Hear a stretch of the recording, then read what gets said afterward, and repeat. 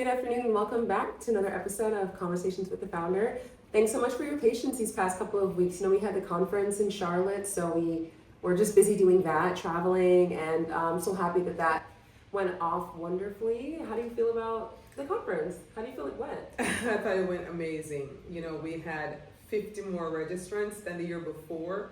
We have now outgrown that space already. So, and one of the highlights for me was the praise team. Yeah. Just like almost like an all-woman praise team. Awesome. It was a wonderful experience. I agree. It was awesome being there. For today's episode, we're going to talk about spiritual alignment. And I kind of wanted to get your take on this. What do you do when you feel out of alignment? That's the overarching question. And my first question is, first of all, how do you know when you're out of spiritual alignment versus just burnt out? Good question. Very good question. Okay, so let me deal with burnout first. Burnout for me is a feeling of physical fatigue where I can't think. I can't think a cohesive thought. I can't think anything creative. I'm just done. I used to say this thing, if you stick a fork in me, it will just be done. I have nothing to add to the conversation, nothing to add to my relationships. I am just toast. Spiritual misalignment for me feels different. It's like I'm praying and I feel like I'm not receiving anything. I feel like I can't make decisions, not because I'm burnt out, but because I don't know where to go. I'm not sure what my next step should be. I feel like I don't even want to be in my Bible. And for me, I have a habit of being in my quiet time every day. When I'm not aligned, I have less desire to be in the Word. I have less desire to pray. I have less desire for the things of God. I'm just going to be honest. And that's when I know something's not right with me spiritually. Okay. So that's how I know. That makes sense. I guess, in your opinion, what causes someone to drift out of alignment? Life. Life. I say life is always lifing. Sometimes you may have financial difficulties, for example, pressures, health, times when you feel like you personally can't control your situation.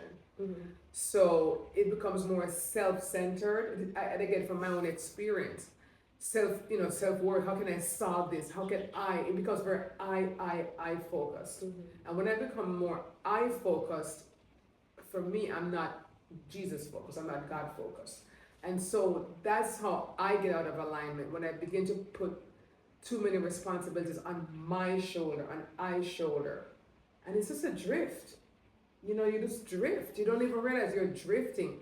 Sometimes I get too involved with other things, like maybe work, right? Or even ministry. You could be so involved in ministry, doing the things of God, that you actually be out of alignment with God Himself, because you're doing the things of God. And so it's a trick that people in ministry don't realize, because you think you're doing something good. Yeah, because isn't ministry spiritual alignment? Ministry is ministry. Ministry is a purpose that you do. Ministry is almost like work. Church is work. It's an organization, and ministry is an organization. You've been involved with this ministry. It's planning. It's filming. It can become very work centered. That is not the same as spiritual alignment. The spiritual alignment comes from your intimacy, your intimate time with God. Why do so many of us leaders in the ministry fall away? Because we're busy working on the ministry, in the ministry, about the ministry, being CEOs of the ministry. When have I checked in with God? So, with that being said, what small steps can a woman take if they resonate with what you just said and they want to start moving back towards being spiritually aligned? And I know it sounds very simplistic, but I would say, go back to your intimate time with God. Go back to your closet with God. Because that's where you're going to know and hear about your purpose too. Because I think there is spiritual alignment, and then there's also purpose, right? And the two seem similar, but I think when you're spiritual aligned with God, right? When you're in step with Him, that's how you're going to get your purpose revealed.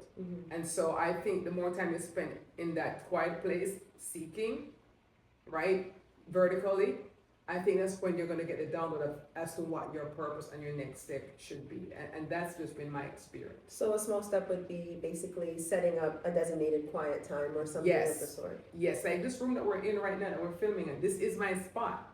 And the reason why I advocate for having a dedicated place is because when I'm not in this room, I know that I'm not in quiet time. Because this is where I go to. It's almost like having a date, right? I'm supposed to have a date with God every day. But when was the last time I was on that couch? Oh, geez. It's a reminder, and I keep my books there. Come over here, come over here. So when I'm passing by and I'm going about my life, that's another thing for me to know you haven't been in your quiet space.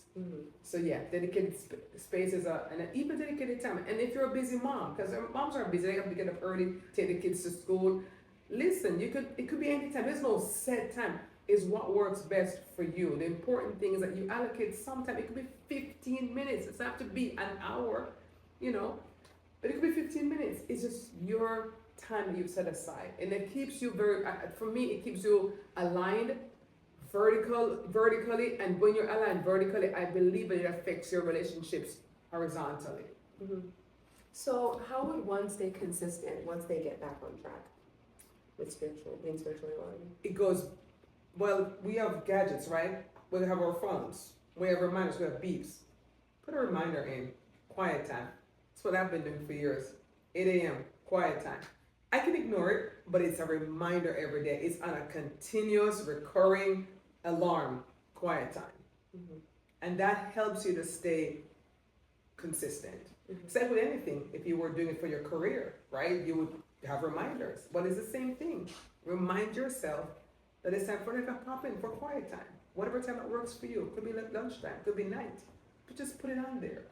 I'll just say one other thing too. I heard this a long time ago that every night before you go to bed, you should put 3 things or say 3 things that you're grateful for. So I put a reminder in my phone, list 3 things I'm grateful for, just to myself. Just use your gadgets for that. That was awesome. Thanks a lot for the insight. And thank you guys for joining us again. We are looking forward to seeing you next week.